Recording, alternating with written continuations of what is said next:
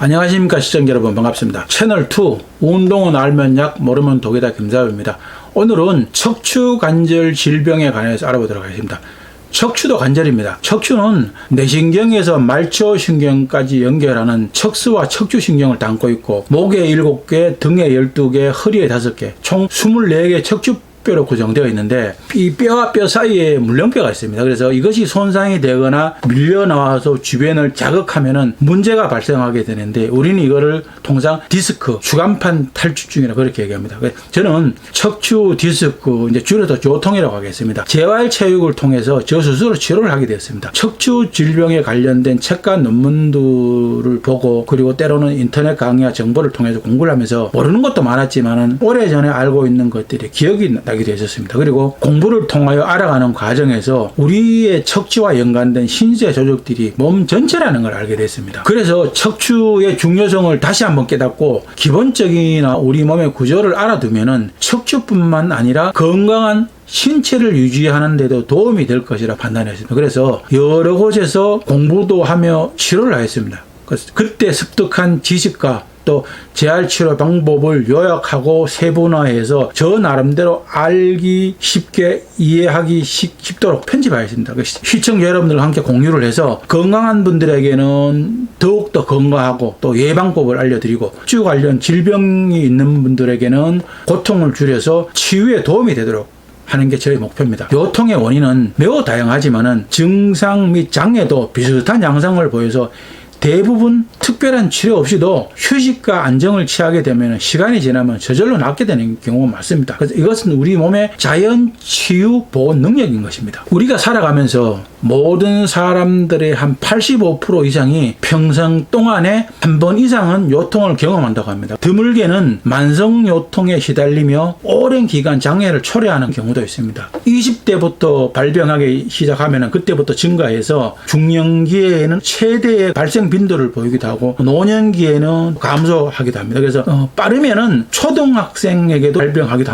합니다. 그래서 대부분 저절로 낫는데 2년 이내에 재발하는 확률이 60%라고 합니다. 그래서 3년이 지나면은 재발할 수 있는 빈도가 줄어들고, 사고나 조직 손상이 클수록 요통의 지속 시간이 길고 호전되는 과정도 다른 양상을 보입니다. 가장 많이 걸리는 허리 디스크는 요통입니다. 저 역시도 이 요통으로 약 한 1년간 재활체육을 통하면서 치료를 했습니다. 그래서 중력에 대해서 척추를 수직으로 생활하는 인간은 직립보행을 하기 때문에 중력이 척추에 평행하게 작용을 합니다. 그래서 척추뿐만 아니라 추간판, 우리가 알고 있는 디스크에 많은 압력이 가해집니다. 그래서 아기가 태어나면 처음에는 척추가 바랍니다. 근데 아기가 이렇게 함께 시작하면서 허리를 가누고, 그때부터 아기의 허리가 C자로 굽기 시작하는데, 이거를 요추전만 현상이라고 합니다. 이 요추전만 현상이 심하면은 추간판의 일부가 섬유륜을 밀고 나와서 찢어지고, 또 그 안에 있는 수액이 흘러나오고, 그래서 인대나 신경 조직을 자극해갖고 통증을 유발하게 하는 것입니다. 요추 추간판 탈출증의 경우는 한쪽 다리, 주로 좌골신경통의 통증이 심해지면은 진행이 되면서 양쪽 모두 다 증상이 나타나게 됩니다. 저 같은 경우는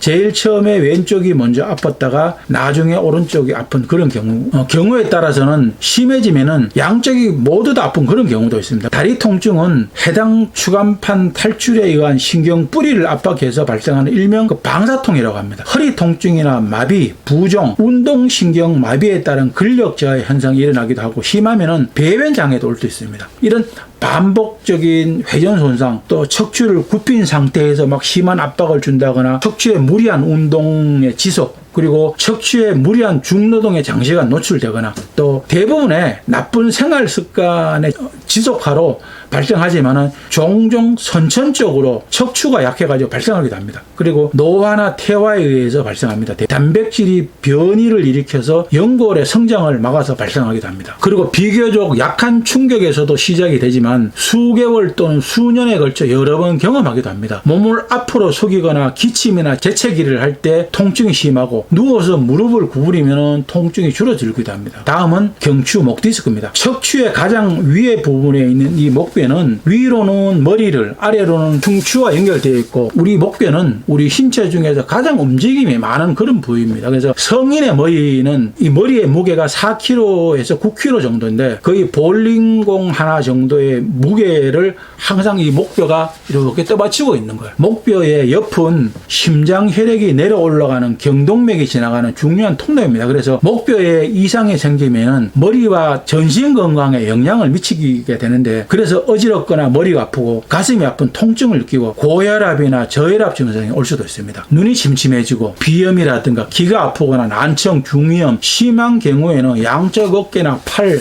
손가락까지 저리고 아프기도 합니다. 그 경추 주변에 있는 신경들을 자극해서 그것에 연관되어 있기 때문에 그 연관된 신경들을 자극하고 거기에 통증을 느끼게 돼서 우리는 이걸 이제 연관통이라고 그렇게 얘기합니다. 목 디스크는 사고나 과격한 운동으로 인해서 손상이 되어 발생하기도 하지만 대부분 나쁜 자세로 인해서 균형이 무너져서 발생합니다. 그래서 피로의 누적이나 과도한 스트레스, 참을 수 없는 화가 주로 원인이에요. 그래서 우리가 갑자기 열받아 뒷목을 잡지 않습니까? 최근에는 컴퓨터나 스마트폰을 많이 사용하면서 젊은 층에서도 많이 발생하는 게 이 목 디스크입니다. 정상적인 목뼈는 앞으로 이렇게 T자로 굽습니다. 근데 아기가 태어나서 목을 가누기 시작하면서부터 목뼈가 앞으로 굽는 현상을 경추전만 현상이라 합니다. 그리고 경추전만 현상이 생기지 않고 일자목이 되는 경우도 있는데, 너무 굽어 있어도 좋지 않지만 일자목다 건강에 좋은 건 절대 아닙니다. 목 디스크는 발생 빈도도 높지만 자연 치유도 빠르기 때문에 대부분 잘 모르고 지나갑니다. 그러나 계속해서 나쁜 자세를 바로잡지 않으면 만성 통증을 유발하게 됩니다. 그래서 어깨나 팔, 손가락이 저리고 마비 증상이, 병원에서 의사들이 말하기를 목 디스크 환자들을 연간회원이라고, 허리 디스크 환자들은 평생회원이라 그렇게 부릅니다. 그래서 다음은 척추관 협착증입니다. 심장혈관, 즉 관상동맥이 동맥경화로 막히면서 심장이 피에서 흐르지 않고 심장세포가 죽게 되는데, 이걸 우리가 심근경색이라고 그렇게 얘기하죠. 비슷하게 척추신경이 지나가는 통로를 척추관이라고 하는데, 나이가 들거나 척추관 일부가 약해지면은 자생력으로 그 주변의 뼈가 뼈를 튼튼하게 하려고 자꾸 두꺼워집니다. 근데 이게 뼈는 더 튼튼해질지 모르지만은 척추관 내부가 이렇게 좁아집니다. 척추관 내부의 신경들이 뼈에 눌리게 됩니다. 눌린 신경이 멍들거나 상하게 되면은 우리가 통증을 느끼고 아프게 되는 거죠. 그래서 시간이 경과할수록 점점 심해지는데, 초기에는 증상이 앉아 있거나 누워 있을 때는 통증이 없습니다. 근데 조금만 걸으면은 허리가 아프고 엉덩이 아프고 다리에 통증 느끼고 아파서 멈추게 되고, 조금 쉬면은 통증이 멈추고 다시 일어나서 걸으면은 통증이 또 생기고, 조금 걸으면은 통증이 조금 더 완화되고, 서 있으면 엉덩이와 다리에 통증을 또 느끼고 발바닥, 발등, 발가락이 또 저리고 소변을 자주 보아도 개운하지가 않습니다. 이 질병은 심한 경우 시간이 지날수록 더 심해지고 빨리 수술하기를 의사들이 권하는 병입니다. 이 질병은 척추가 약해서 발생하는 병이므로 등산이라든가 요가, 무리한 스트레칭을 하는 것은 오히려 해롭습니다. 그래서 이 병은 발병해서 통증이 서서히 오기 시작하면은 우선 약을 먹고 치료를 하고, 통증이 멎으면은 그때부터 이제 평지에서 천천히 조금씩 걷기 운동을 하고, 증상이 조금씩 호전이 되면은 걷기 속도를 조금 더 빨리 하거나 자전거를 타거나 수영 같은 운동을 하는 게 좋습니다. 이 질병 역시 초기에 약물 치료와 재활체육 치료를 통해서 치료하는 것이 가장 바람직합니다. 조금만 걸어도 통증이 너무 심해서 쉬어도 통증이 멈추지도 않고 5분 이상 서 있기도 힘들고, 발바닥이나 발등, 발가락이 심하게 저리고 걸을 때 발바닥이 심하게 아픕니다. 소변을 자주 보고 안류감도 있고 또 개운하지도 않습니다. 그리고 더 심하면은 항문과 그 성기 주변에 감각이 둔해집니다. 약물 치료나 재활체육, 그리고 시술을 했는데도 계속 통증이 유발하고 더 이상 증상이 좋아지지 않을 때는 수술을 고려해 봐야 됩니다. 우리가 사실 수술이라는 것은 최후의 마지막의 방책입니다.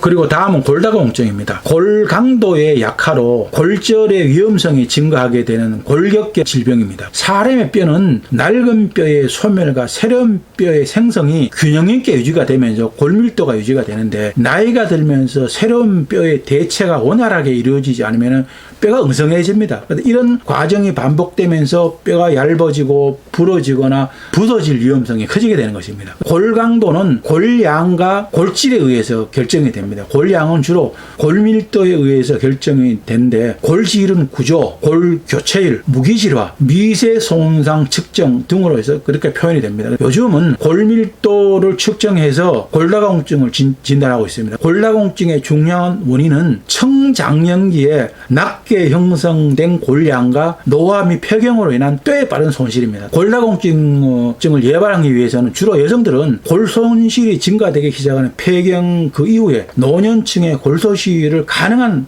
막는 노력을 해야 됩니다. 그리고 청소년기에서부터 이 30대까지 골량을 꾸준하게 증가시켜줘야 됩니다. 유산소 운동과 스트레칭, 근력 운동을 규칙적으로 꾸준하게 실시하면 뼈의 구조를 유지하거나 개선을 하는데 아주 도움이 됩니다.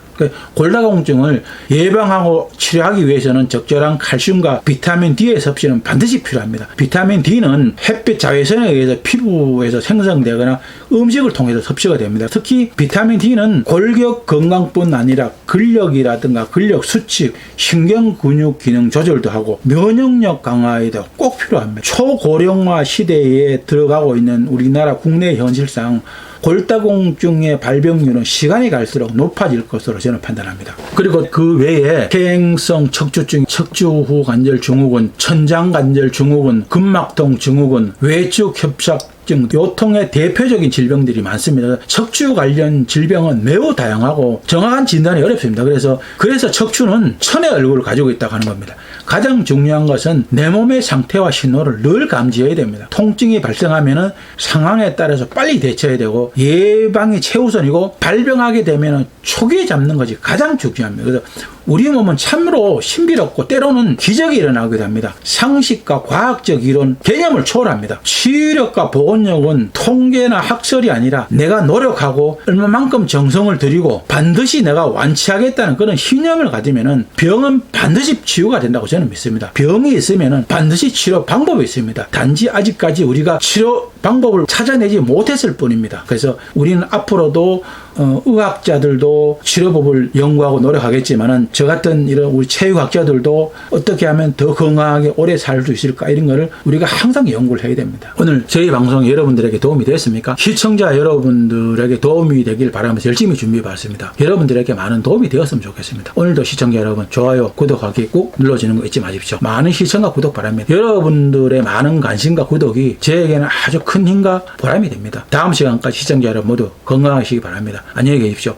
운동은 알면 약, 모르면 독이다의 김사부였습니다. 감사합니다.